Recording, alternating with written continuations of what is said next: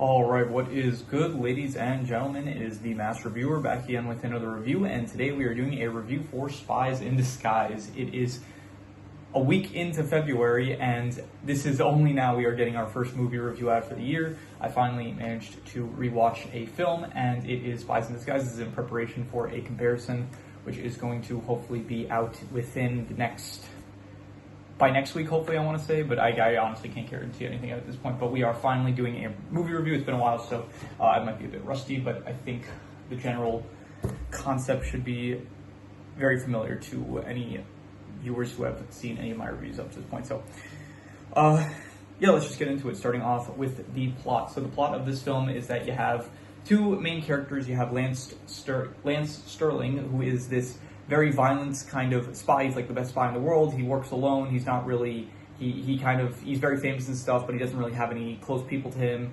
And he is very much kind of a fight fire with fire kind of person. And then in contrast, you have the deuteragonist, which is, he's not really, I don't know, deuteragonist makes it sound like he's a sidekick, where I guess he is kind of a sidekick, but he's more like a secondary main character, which I think is the deuteragonist. But you have Walter Beckett, who is this kid that is working for the same agency that Lance Sterling works at, and he comes up with a bunch of gadgets in order to fight evil in a non-violent way, because he does not want anyone to get hurt. He doesn't believe that there even is evil. He just thinks it's just people, and that at the end of the day, he wants to protect everyone and keep the world safe. So yeah, so the plot of the film is that Lance ends up, there's this device that the agency develops that gets stolen by this guy.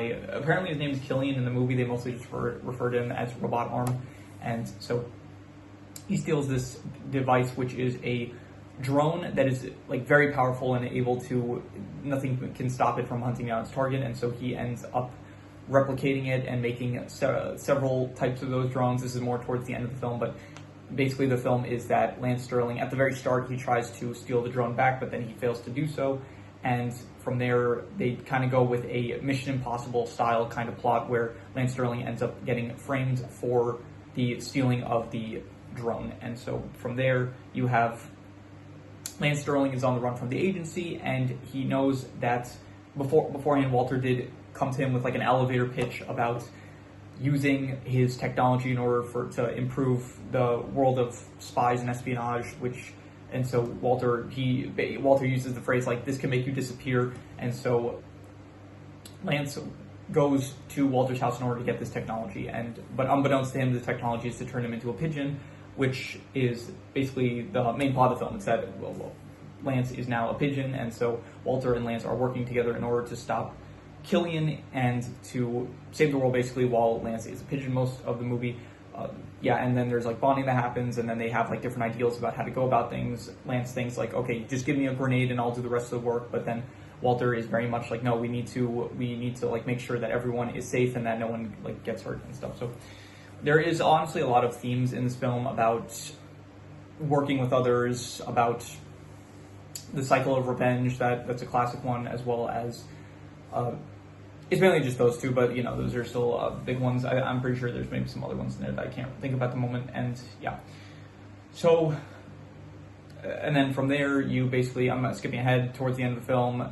Walter, he ends up creating a serum, an antidote for the pigeon potion thing, and so Lance ends up turning back into a human. He goes to try to confront Killian on his own. He fails to do so, and then Walter ends up coming back to save him along with the other birds. There's like some other birds that are kind of side characters, like Lovey, which is Walter's emotional support pigeon, and then there's two birds that they meet in Mexico, Crazy Eyes and Jeff. And so yeah, from there they end up saving Lance, and then Lance decides that Walter's methods are better, and so the final confrontation is basically fighting against Killian and all the drones, using all this gadgets and technology and stuff, and eventually they manage to save the day, and they defeat Killian without killing him in the process.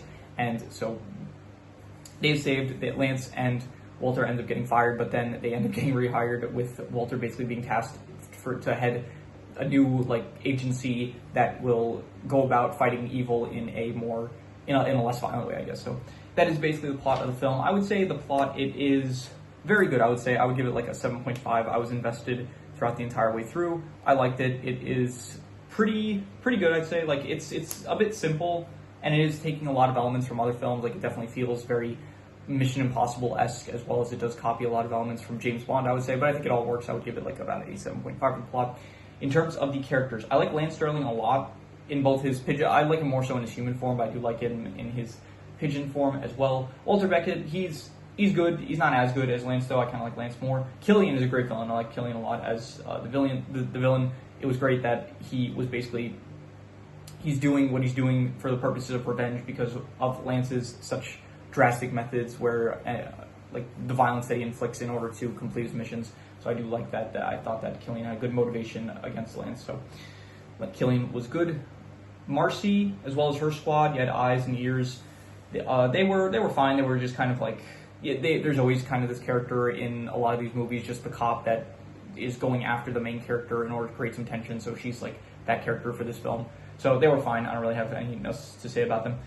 Katsu Kimura, he's a Yakuza that, there's like some Yakuza characters at the start and towards the middle, and he was like the head of the Yakuza, I think, or I don't know if he was the head of the Yakuza, but at least the head of that group of Yakuza people. So he was, I like the scenes with them, they were good.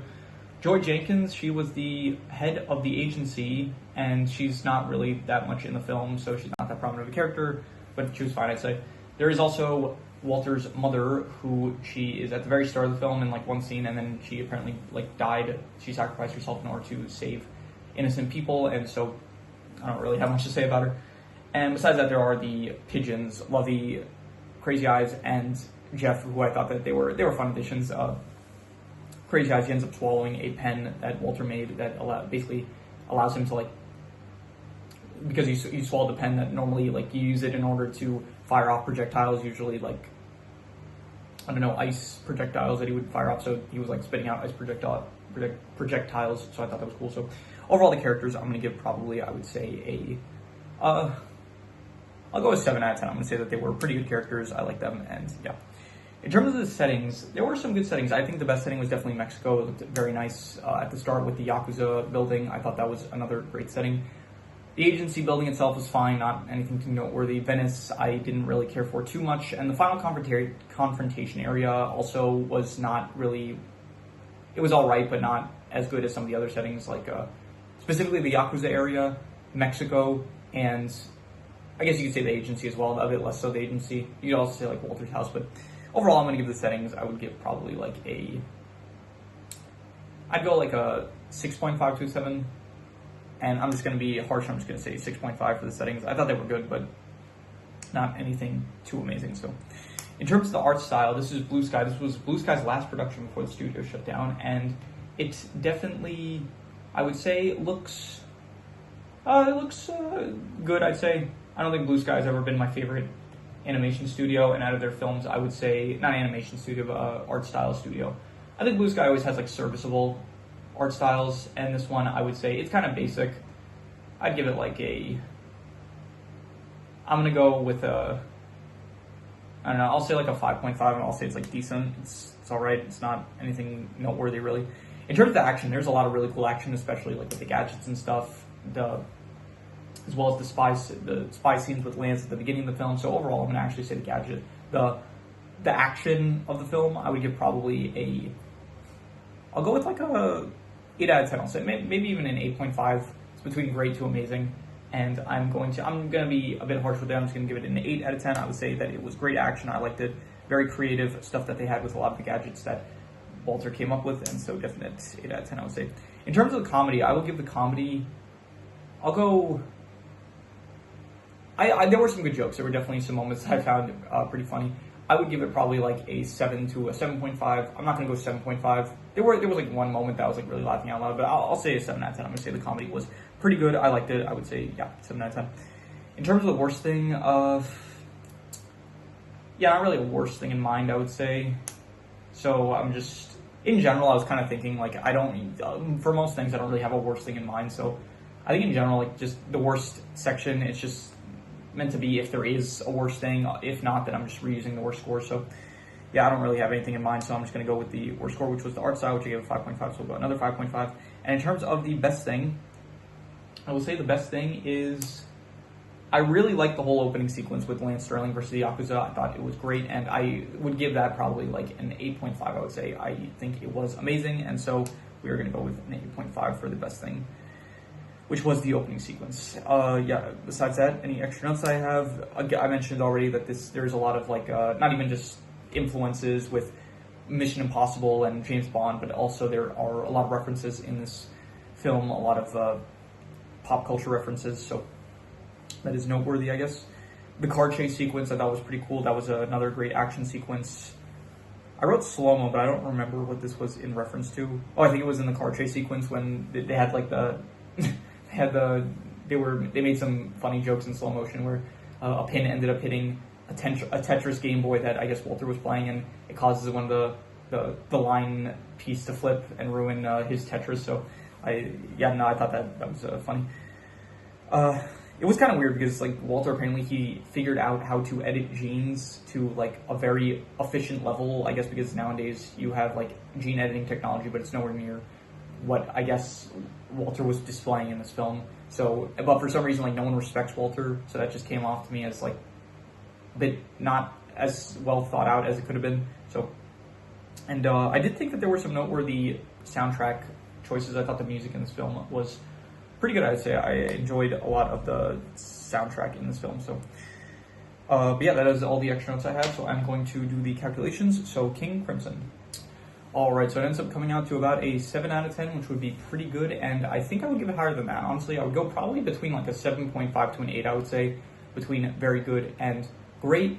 And I think I'm not going to give a concrete answer. I'm just going to call it between a 7.5 to an 8. I thought it was between very good and great, I would say. I would have to let it marinate a bit longer for me to get a conclusive answer, but for now, I'm just going to say between a 7.5 to an 8, I would say. So, but yeah, that is pretty much all there is to it. So if you have any recommendations, any shows, movies, video game stories, anime, web series, anything that you want me to review, leave it in the comments and I will maybe possibly check it out. But with that said, that is pretty much all there is to it. So let's leave it at that.